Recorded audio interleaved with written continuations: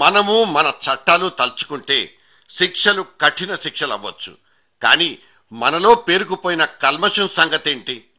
మురుగునంతా మన కిందే పేర్చేసుకుని కొత్త కొత్త తరాల్ని కూడా దాని మీదే బతికించేసుకుంటూ మనం పాల్పడిపోతున్న సాంస్కృతిక చెలగాటానికి అంతం ఎప్పుడు? ఇదే అసలు ప్రశ్న. రేపటి పౌరులు కావలసిన వీళ్లను ఎంత నిర్లక్ష్యంగా పెంచుకుంటున్నాం. మనం చేసిన తప్పులతో మతిని మనస్సును పోగొట్టుకున్న ఈ పసివాళ్లను ఈనాడు వేరు చేసి బహిష్కరించి గిల్టీ గిల్టీ అని శిక్షిస్తున్నాం. మానవుడు హత్య చేస్తాడు, దానికొక కత్తినో పిస్తోలునో వాడతాడు. న్యాయస్థానం శిక్ష వేస్తుంది హత్య చేసిన మానవుడికి, హత్యకు ఉపయోగించిన వస్తువుకు కాదు యువరానా. అవును, నిర్మూలించాల్సింది నేరస్తుణ్ణి కాదు, నేరాన్ని. ఇది మనం మళ్లీ మళ్లీ మర్చిపోతున్నా మరియు మర్చిపోతున్నట్లు నటిస్తున్న అసలు సిసలు సంగతి. కాని తరతరాలుగా ఇక్కడ ఈ తలారి పనే జరిగిపోతోంది.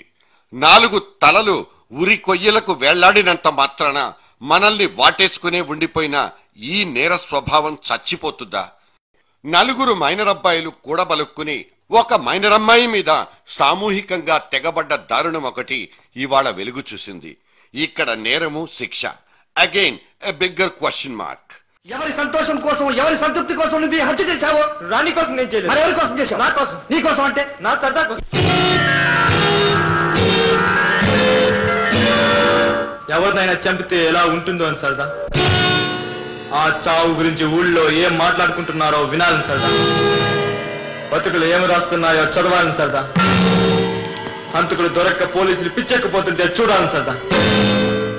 చిన్న నేరస్తుడికి చిన్న శిక్షలంటూ మనం రాసుకున్న చట్టం కూడా ఇవాళ పనికి మాలిందైపోతోందా?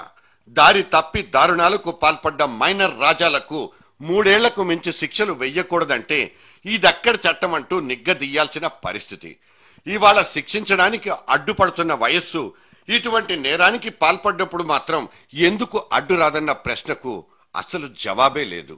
మొగ్గ దశలోనే మగ్గిపోతున్న ఆ లేత మనసుల్ని స్వాంతనపరిచే మార్గాన్ని వెతికి పట్టుకోవాల్సిన అత్యవసర పరిస్థితుల్లో ఉంది ఇవాల్టి నేర ప్రపంచం.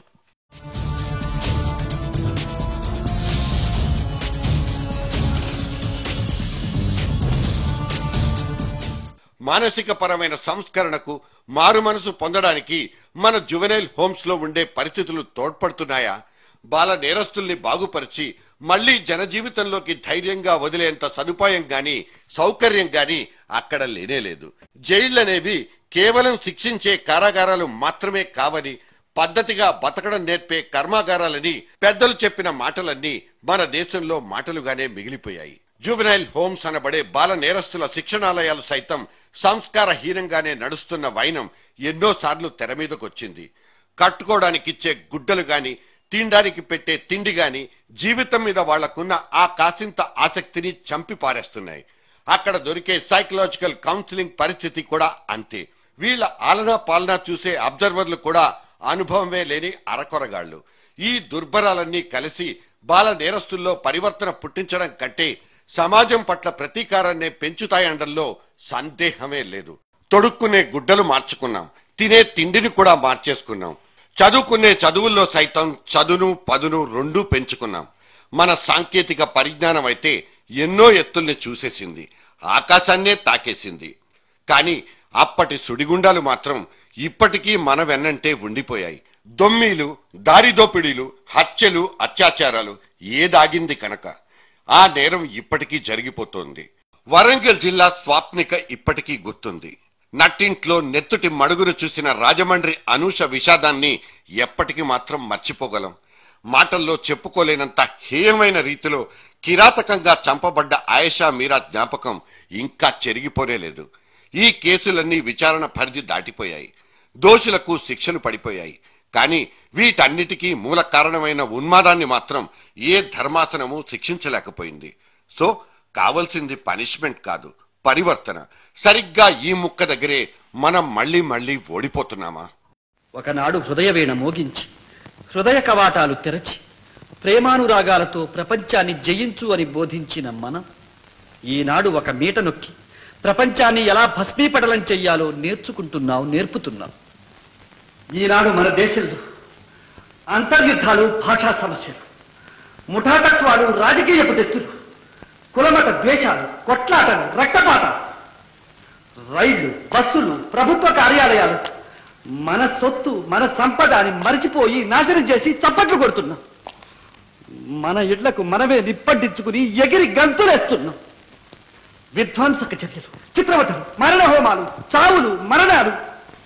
ఈనాటి పిల్లలు చదివి చదివి విని విని చూసి చూసి మానవ అస్తిత్వానికి, ప్రాణానికి ఉన్న విలువ పోగొట్టుకుంటున్నారు.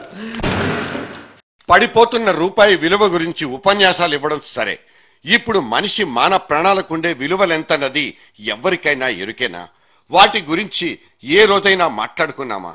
ఆర్థిక పరమైన సుఖాన్ని తప్పిస్తే సామాజిక పరమైన బాధ్యతను ఎంతమంది ఫీల్ అవుతున్నట్లు? తర్వాత తరం హాయిగా బతకడం కోసం మనం పంచివ్వాల్సింది ఆస్తులు, అంతస్తులు కాదు, మంచి మాట, మంచి ఆలోచన, మంచి దారి, మంచి దృక్పథం. కానీ గురి తప్పిన ఇవాల్టి కుర్రకారును మనము, మన మాధ్యమాలు ఇంకా ఇంకా పాతాళం లోతులకు తోసుకెళ్తున్నాయి. ఫలానా దారిలో నడవద్దని, ఫలానా పని చెయ్యకూడదని చెప్పాల్సిన తండ్రి పాత్రలే అక్కడ అడ్డంగా ఓడిపోతున్నాయి. చిటికెన వేలు పట్టి నడక, నడత రెండూ నేర్పించాల్సిన పెద్దరికమే ఇక్కడ చిన్నబోతోంది. ఆధునికత అనబడే ముసుగేసుకుని మన అబ్బాయిలు, అమ్మాయిలు చెలరేగిపోతుంటే అక్కడ పడాల్సిన ఎర్ర సిగ్నల్ మాత్రం మిస్ అయిపోతుంది. ఫుల్ స్టాప్ పడాలంటే సంస్కరణ కావాలి.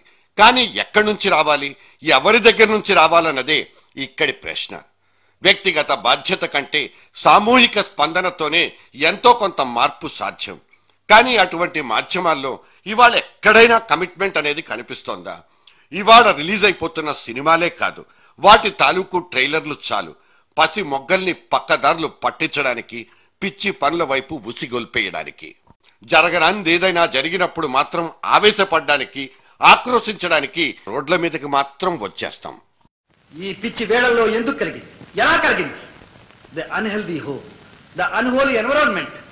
ఇంట బయట వాళ్ళ కోసం మనం సృష్టించిన కృత్రిమ ప్రపంచం, కలుషిత వాతావరణం, దౌర్జన్యాలు, ద్రోహాలు, దారుణ కృత్యాలు, హత్యలు, రేప్, సెక్స్ మొదలైన వాటితో నిండిన చౌకబారు పుస్తకాలు.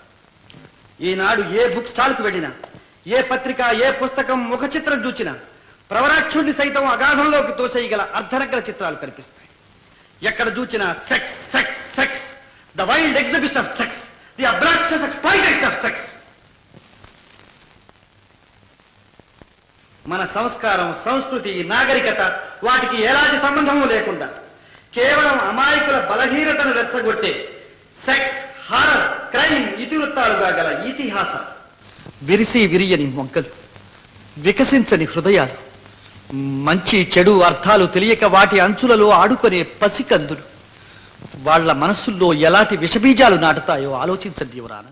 చట్టం తన పని తాను చేసుకుపోతోంది. బెత్తం చేతుల్లో ఉంది కనుక శిక్షించడం అనేది చాలా చాలా సులువు. కానీ బెత్తం దెబ్బలు ఉరితాళ్లు కాదు. అక్కడో చిన్నపాటి పరివర్తన కలిగితే చాలు.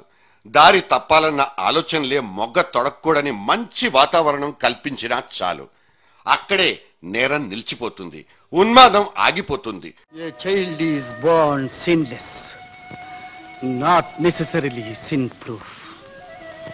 పాపలకు పాప పంకిలం అంటకుండా కాపాడుకోవడం మన కర్తవ్యం. ఎలా కాపాడుకోవాలి? పసిపాప భవిష్యత్తుకు అడ్డుగా ఎన్నో సుడిగుండాలు సృష్టించాం. ఈ సుడిగుండాల నుండి బయటపడితే నేటి పాపలు దేశానికి దివిటీ వెలిగిస్తారు. ఈ సుడిగుండాల నుండి వారిని దాటించకపోతే ఈ సమాజం, ఈ ప్రజ, ఈ నాగరికత, ఈ దేశం, ఈ ప్రపంచం ఏమైపోతుంది? ఏమైపోతుంది? ఏమైపోతుంది? ఏమై